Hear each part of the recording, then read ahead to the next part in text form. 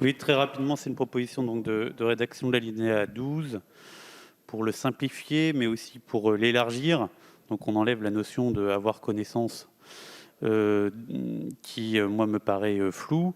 Il ajoute aussi les crimes suivants, le viol ou les délits d'agression sexuelle dans cet alinéa. Par contre, il réduit les quantums de peine, en effet, dans la logique de ce que vient expliquer le garde des Sceaux, c'est-à-dire que on punit la prise de substances psychoactives et pas le crime lui-même.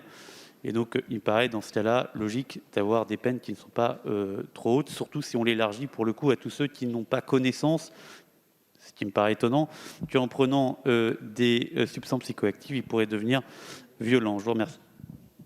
Merci. Madame la rapporteure. Merci, Monsieur le Président. Oui, c'est un sujet important qui est évoqué là. Il y a plusieurs amendements qui demandent de prendre en compte les viols qui sont commis à la suite d'intoxication délibérée. Je l'avais dit en commission, il fallait y retravailler. Je préfère les amendements qui seront proposés un peu plus loin dans le texte par plusieurs groupes En Marche, Modem et Agir. La logique est la même que dans votre amendement, mais le quantum est différent parce que, en l'occurrence, les 2 ans de prison que vous proposez me semblent excessivement faibles. La peine de droit commun est de 15 ans, de 15 à 20 d'ailleurs, 15 à 20 ans de réclusion. Et si nous voulons rester dans des proportions cohérentes avec celles que nous tenons sur l'homicide, il faudrait qu'on se place au tiers ou au moins à la moitié de ce niveau. C'est donc une demande de retrait, à défaut un avis défavorable.